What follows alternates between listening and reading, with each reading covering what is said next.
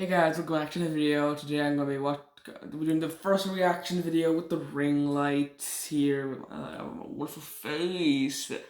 Anyway, so what would happen if two people were stranded on the Earth? Could they actually repopulate the Earth? Let's watch this. I'm actually really curious. This is actually a fun video. I started watching it and we're like, hey, let's do a reaction video on this because I kind of need to do one. So there they are, Aiden and Ellie, the only survivors to have not succumbed to the apocalypse. Still in their late teens, the two are in their prime, at least when it comes to baby making. The good news is they have the hots for each other, but can they repopulate the Earth? You all know that there's a version of human history that involves two folks getting it on and kicking off mankind. Those two starstruck lovers were Adam and Eve, a couple that made the Garden of Eden their home. We're not exactly sure what kind of food they had to sustain their lives in the garden, but probably a bit more than the forbidden fruit. As for Aiden and Ellie, there's plenty of food on their lonely planet.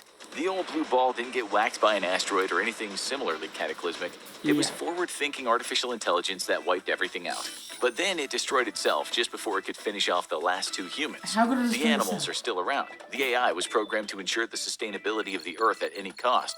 And then it figured out that humans were going to destroy the planet. So the only rational... Oh, because that's climate change or global warming. That's so that the humans are all kind of making that. So that's why the artificial intelligence went after that. That's kind of smart. I think that is a possibility. I'm kind of scared of artificial intelligence just trying to wipe out the Earth. But, could the humans overtake the artificial intelligence? That's the question, man. Thing to do was to destroy all the humans. Yeah, whoever developed that program sure upset a lot of folks. For the first couple of months, Aiden and Ellie didn't really think much about starting mankind again. They spent much of their time hanging out in rich people's houses and driving fast cars. Ellie almost drove into a tree one day, and after that the couple decided not to take too many risks. There was some serious business to take care of. Thankfully, they lived in Los Angeles, California, which, having a mild climate, meant the couple didn't have anything to fear from a brutal winter. Yeah, and the fact that there was no electricity. Let's just start by saying that while the apocalypse was a bit of a downer, these two got very lucky in terms of their chances of survival. They also had the added bonus of not being related.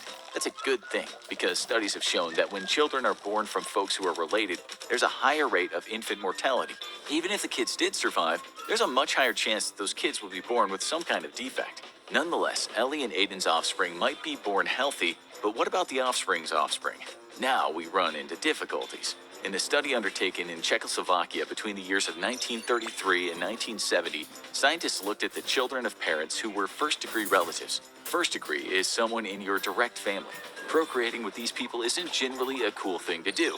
Even if first cousins get it on, the offspring has double the chance of having a birth defect. In that study, the kids who were born to first-degree parents didn't have great outcomes. 40% of them had very severe disabilities. 14% of them died because of their disabilities.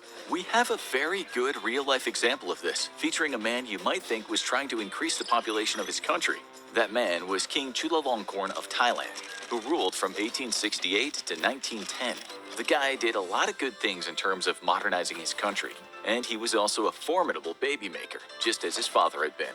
That father was King Mongkut, who had 82 children in total. One of them was Chulalongkorn. Following in his daddy's footsteps, Chulalongkorn had a lot of wives, consorts, and concubines, adding up to 116 women in total. To keep the bloodline pure, several of his partners, with whom he'd had children, were actually his half-sisters. Back in those days, it still wasn't clear how bad inbreeding was. But the proof soon became evident in the pudding, so to speak. He had a kid with his half-sister, named Daksinajar Nuradhi Rajputri. It died just hours after it was... with your half-sister? Really do not want to think about that anymore. Come on. Born. He had 8 kids with his half-sister Safang Vadhana. One of them lived for just 3 days, and most of them didn't make it to adulthood. Vadhana herself lived until the ripe old age of 93. She was the product of inbreeding. In fact, if you research what happened to his 77 children, you see that many, and we're talking many, didn't live very long at all. A lot of them died when they were barely out of their fancy infant clothes. Many others died in their 20s and 30s. European royalty was also into keeping things in the family to ensure the bloodline was pure, and also to make certain money and property stay within the family after someone passed away. European inbreeding in royal families was very evident in the Spanish Habsburg dynasty. Offspring were often weak and sickly. There was also the now famous deformity called the Habsburg jaw. The internet might have been down in Aiden and Ellie's Brave New World, but they did have access to books and libraries, and being the prudent folks they were, they read up on inbreeding. After going through a few books on the matter, they were rightfully afraid their kids' kids would bite the dust just as soon as they let out that first primal scream, or perhaps spend their short lives hobbling around while carrying a job that would put Desperate Dan to shame. The couple also read about the Colt family in Australia and the marriage between June and Jim. In short, June was the child of a brother and a sister. She married Jim Colt. They were in New Zealand at the time. They had 7 kids of their own and moved to Australia. More kids were born once those kids were old enough to have children, but the Colts didn't stray much farther than their own home, if you get what we mean. The children were born through incest. A lot of the kids had defects, and some seemed a little mentally deranged and did things like hurt animals. Many were very sickly and prone to disease. Incest wasn't working out so well for the family. When an investigator found them, he said it was like nothing I'd ever seen. The story sent shivers down Aiden and Ellie's spines, with both of them just sitting for a while in the library, thinking about a team of kids running around with fungal feet trying to set cows on fire. But did it have to be that way? That's the big question today. Some, not many, of King Chulalongkorn's children that he had with sisters went on to have fairly normal lives, though admittedly it's hard to find kids who lived past the age of 40. Aiden and Ellie were now certain that a small gene pool was going to lead to a future offspring of physically and mentally ill kids once their own children started procreating. But what choice did they have? They had one kid, a boy, and named him Carl. Then they had another kid and they named him Asher. Damn, they thought, 2 boys. Then Carl accidentally killed Asher when they were fighting over toys, after which Ellie and Aiden had a 3rd child and named him Sebastian, another boy. With not much to do, these last 2 adult humans just kept pumping out kid after kid, as many in fact as was possible, given Ellie's natural aging process. The kids, for the most part, grew up fine, but the kids' kids were a different matter altogether. Let us explain something now before we get to the strange case of the extended family. You heard of that thing called DNA. Well, it has packaged into its 23 pairs of chromosomes. Within every chromosome, there are hundreds of thousands of genes. It's these things that will determine human characteristics, such as hair color, but some of them are also bad to the bone, sometimes literally. Every gene has a couple of copies, and they are called alleles. When 2 people have a child, they pass on one pair to the child. There are dominant and recessive genes too. If one pair of genes is dominant, you will have a trait of that gene when it's passed to you. With recessive genes, it's different because you need both pairs of the genes to gain the trait. For example, the gene for brown eyes is dominant. So if you get that, you will have brown eyes. But for blue eyes, it's different because that gene is recessive. You need both recessive genes to get blue eyes. In this case, both your parents passed on blue-eyed pairs of genes. But if one of your parents had the brown-eyed gene, you'd get brown eyes. Importantly though, as you know, not all children get the same DNA from their parents unless they are twins. You get 50% of your DNA from both parents, making 100%. Now imagine that DNA, say from your mom, was half a pack of cards. When the next child is born, that pack is shuffled. So the next child doesn't get the same DNA with all the same genes.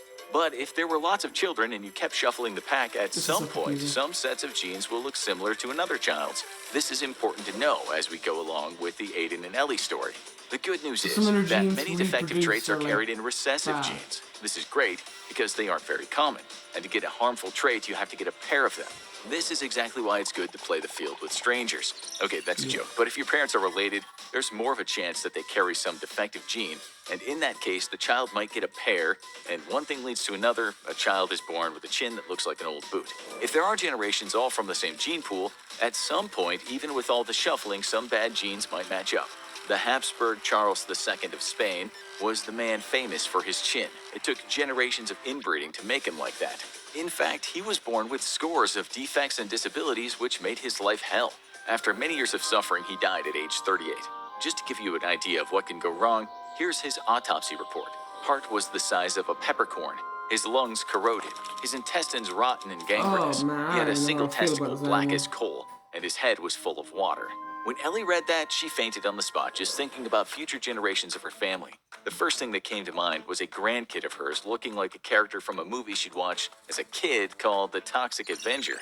But then one day she was reading from another book, and something improved her grim mood. She read the lines, "The evidence for the short-term effects of low genetic diversity is very strong, but all these things are probabilistic. There are stories of incredible journeys back from the brink. Anything is possible. You can get very lucky playing cards." Ellie tried to translate that in layman's terms and came to the conclusion that if she and Aiden knocked out enough kids And those kids knocked out enough kids, then despite the fact that there will be lots of challenges, cow burning even, some of those kids could possibly flourish and the future of mankind could be in the bag. Ellie's hair eventually turned a shade of gray, and at that time her beloved husband was a formidable farmer. Things didn't seem too bad. But some of her grandkids had lives that were, as one of her favorite writers would have put it, nasty and short. Yeah. She and Aiden had 10 sons, 18 daughters in total. They in turn had kids with each other because that's just how things had to be. Evolution actually wants us to be attracted to people who are genetically different from us, but the future of mankind demanded they make do with each other. Ellie was still worried, having read that there's more of a chance of defects the more inbreeding takes place, such as what happened to the Habsburgs. If only Ellie knew what genes all of her grandkids had, she could safely match them so children weren't born unhealthy, but that wasn't possible. She had a reason for some optimism, though, when she read about the people of the small island called Pingalap, who lived far from the busy world in the Western Pacific. These people were almost wiped out in the 18th century when a typhoon struck the island, but when it's over, this is depressing. 20 of them survived. They flourished after, even though a recessive gene ensured that many years later a tenth of the island was afflicted with color blindness. The thing was, this disorder, called complete achromatopsia, was thought to have come from one man, but it didn't show up in the population until the fourth generation. But still, not everyone got it. This made Ellie happy. She sat there with the book in her hand, and with one of her granddaughters crying from a crib nearby, she repeated those words in her mind. Anything is possible, anything is possible. We are going to bounce back, she said under her breath in a determined voice, even though out of the corner of her eye she glimpsed one of her less successful byproducts giggling while throwing an aerosol can into a small fire. There was a long way to go yet, and what's called the founder effect was still in full swing, meaning a profound lack of genetic diversity as generations interbreed. Still, while Ellie's family admittedly all looked very similar, she held out hope that in generations to come, there would be natural mutations and some diversity would occur. Since Aiden in those days seemed only interested in tending to his vegetables and cattle, he'd become so distant. Ellie read more and more. In some ways, they were a perfect couple, with she being the academic one and he being so good with his hands. One day, Ellie told Aiden that there were instances in history in which animals likely created entire populations after starting as pairs. They were eating when she looked at him and shouted, "Rats!" "What?" replied Aiden, feeling confused. She told him a single pair of rats started a population on some island and the rats thrived. He then gave her a familiar look and said, "Don't tell me you read that in one of those printouts from that old website Quora." Ellie went quiet and returned to her room, where she read the printout again. It said, starlings in North America originated from just 60 individuals. There are a couple 100 million of them now, most of which are nearly genetically identical. That seemed like good news, but she understood that a small population was different from the light. Okay, there we go. We're perfect now. Let's go. Let's watch it. 2. She couldn't find any examples in her books when an animal species had gone down to the last pair and then started up again. Ellie died first. She was 93. Aiden, 92, held her hand as she drifted into the great unknown. At her side were all her kids, grandkids, and great-grandkids. One of them, known as Chinny to the rest, made her moan in distress just before passing away. That poor kid had just put some broken glass in his mouth. But she remembered some words written by a scientist back in 2015. If the whole world were founded by 2 people, you would have to get lucky in the genetic lottery many times. Ellie and Aiden might have been lucky, but as Ellie took her dying breath, she just couldn't know. Surrounded by all those faces, things didn't look too bad. Nonetheless, she knew things could take a turn for the worst. She also knew that a long time ago some researchers said you'd probably need 98 unrelated humans to repopulate a planet. But there she was, looking at people who had come from her and Aiden.